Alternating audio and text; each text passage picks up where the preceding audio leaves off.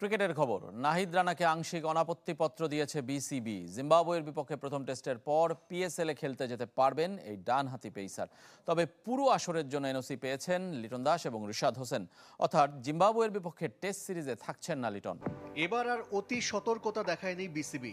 PSL ড্রাফটে দল পাওয়া 3 ক্রিকেটারকেই অনাপত্তিপত্র দিয়েছে। অর্থাৎ পাকিস্তান সুপার লিগে খেলতে বাধা নেই লিটন দাস, রিশাদ হোসেন ও নাহিদ রানার।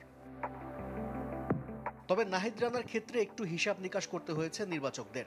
চাপাই নবাবগঞ্জ এক্সপ্রেসকে ওয়ার্কলোড ম্যানেজমেন্ট অনুসরণ করতে হচ্ছে। ঢাকা প্রিমিয়ার লিগেও সব ম্যাচ খেলছেন না তিনি। নাহিদ রানার উপর যেন বাড়তি চাপ সৃষ্টি না হয় তাই পিএসএল এর পুরো আসরের জন্য এনওসি দেয়নি বিসিবি। তবে জিম্বাবুয়ের বিপক্ষে প্রথম টেস্টে তাকে খেলাতে চায় ক্রিকেট বোর্ড। সিলেট টেস্টের পর পাকিস্তানের বিমান ধরবেন নাহিদ রানা। সব ঠিক থাকলে 27 এপ্রিল পেশোয়ার জালমির হয়ে বিদেশি ফ্র্যাঞ্চাইজি লিগে অভিষেক হবে এই টাইগার পেসারের। রিশাদ হোসেন ও লিটন দাস অবশ্য পুরো আসরেই খেলবেন। চ্যাম্পিয়ন্স ট্রফির পর জিম্বাবুয়ের বিপক্ষে টেস্ট সিরিজেও থাকছেন না লিটন।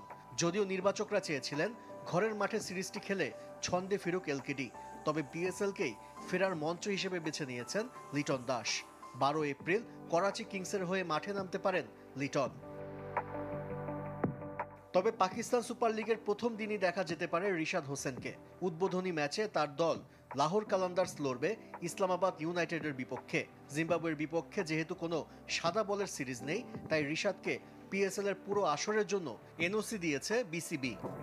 পিএসএল খেলতে যাচ্ছেন লিটন কুমার দাস, রিশাদ হোসেন এবং নাহিদ রানা। এনওসি নিয়ে সন্দেহ ছিল, তবে সব ধোঁয়াশা উড়িয়ে তাদের গ্রিন সিগন্যাল দিয়েছে বাংলাদেশ ক্রিকেট বোর্ড। নিশ্চিত করেছে বিসিবির ক্রিকেট অপারেশনস।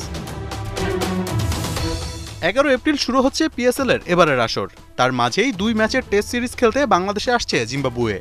তাই পিএসএল এর প্রথম থেকে খেলতে পারবেন না নাহিদ রানা। এই সিরিজে একটি টেস্ট খেলে পেশোয়ার জালমিতে খেলতে যাবেন নাহিদ। পেশোয়ারের জার্সিতে প্রথম 5 ম্যাচে দেখা যাবে না এই পেসারের গতিময় বোলিং। নাহিদ রানা পুরো পিএসএল খেলতে না পারলেও লিটন এবং রিশাদ থাকছেন শুরুর থেকেই। লাহোর কালান্দার্স এবং করাচি কিংস তাদের প্রথম ম্যাচ থেকেই পাচ্ছেন এই 2 টাইগারের সার্ভিস। জিম্বাবুয়ে টেস্টে লিটন কুমার দাসকে বিশ্রাম দেওয়া হয়েছে। অন্যদিকে রিশাদ আপাতত টেস্টের ভাবনায় নেই, তাই এই লেগিও আছেন বিদেশি ফ্র্যাঞ্চাইজি টুর্নামেন্টে তার অভিষেকের অপেক্ষায়। তবে এখনও নিজের ফ্র্যাঞ্চাইজির সাথে আলোচনা করেননি নাহিদ রানা। ঈদের পর কথা হবে পেশোয়ারের সাথে। টুর্নামেন্টের শুরু থেকে নাহিদকে পাওয়া যাবে না, তাই ভার্চুয়াল ড্রাফট থেকে পেশোয়ারকে আংশিক সময়ের জন্য বদলি খেলোয়াড় নেওয়ার সুযোগ দিয়েছিল আয়োজকরা।